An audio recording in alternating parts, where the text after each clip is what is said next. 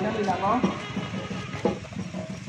아무래도 가족 때문에 저항만 부탁 드리죠.